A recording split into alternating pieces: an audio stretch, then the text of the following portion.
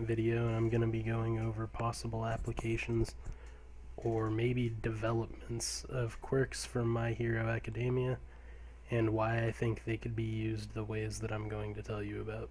Depending on how I feel about the finished product and how the story goes in the future, I might end up making more of these, so keep a lookout for that. Anyway, today we're going to be talking about Todoroki, Tsuyu, Uraraka, and Eraserhead. Todoroki and Tsuyu, their ideas are more of a stretch than the other two, but I also think they're probably more interesting. So we're going to start with Todoroki. We know that he has the power to control flames and ice. Because of this, I think it's entirely possible that he could be used for kind of like a tactical strike against a villain hideout by unleashing a tornado. I know that probably sounds really weird, but tornadoes are caused by warm air rising while cool air drops. This creates the funnel cloud, and so on. We know that during the provisionary licensing exam, his flames were hot enough to cause the wind from another quirk user's attack to rise up and miss their intended target.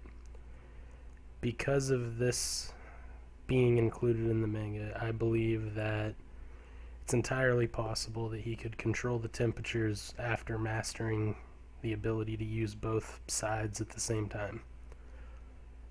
What I think would happen is he would aim fire one direction and ice the other, emit both extreme temperatures to cause the airflow discrepancy, and then create the tunnel or the funnel cloud because of that.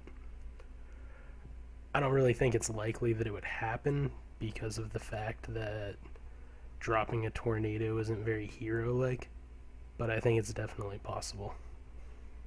Next up we have Tsuyu.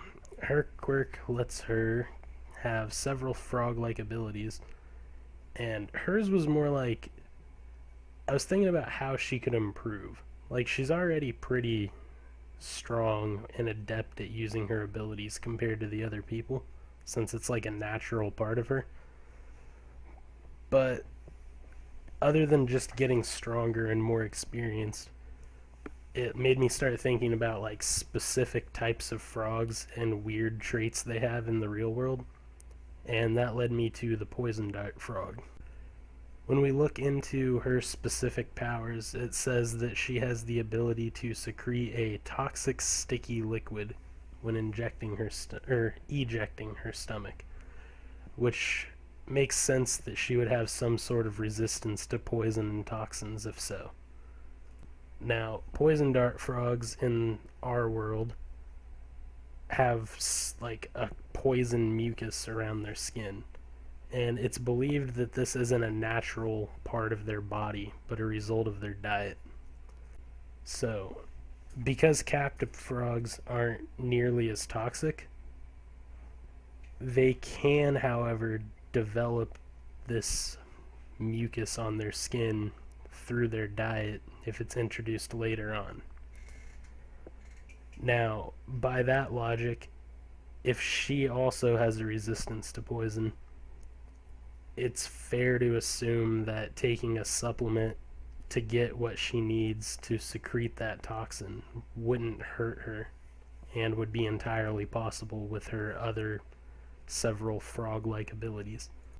This one also has drawbacks because depending on whether or not she could control if it's constantly being emitted or if she can turn it on and off, then it would be a problem as far as like contact with allies would go. But it would also be a really useful defense mechanism if there's an enemy she wouldn't normally be able to beat because they wouldn't be able to carelessly touch her due to the poison.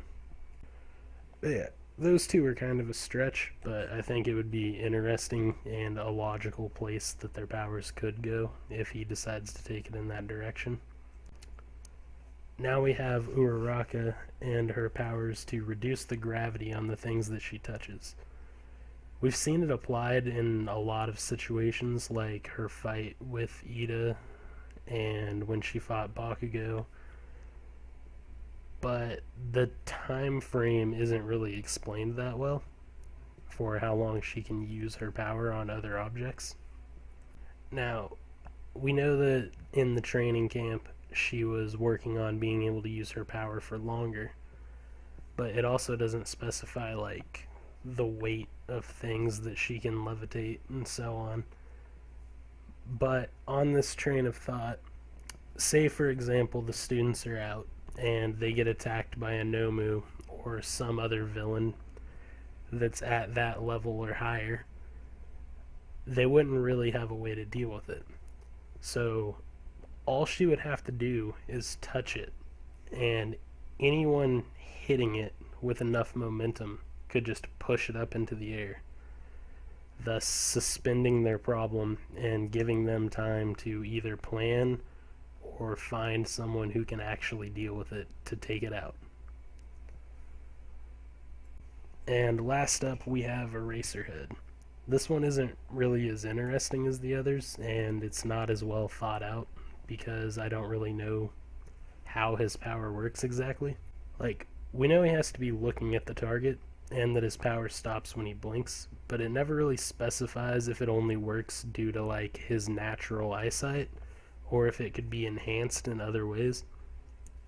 I'm not saying he could just like watch a live feed via video and erase someone's quirk, but like if he could use, say, a scope or like binoculars or reflections in a mirror or something, then he would be able to make up for the fact that he can't use his powers as long as he could before and do like a more stealthy role by erasing quirks without being seen, thus letting other heroes take them out.